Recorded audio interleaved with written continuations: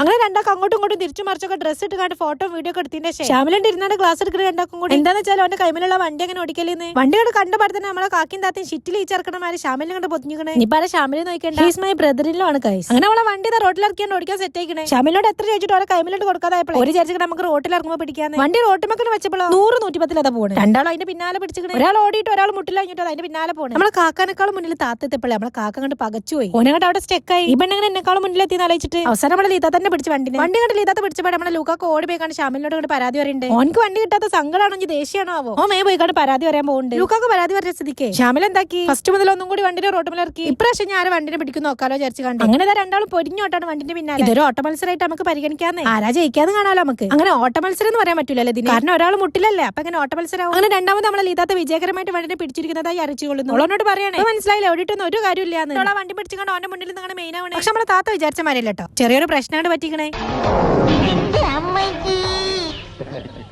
വീണതല്ല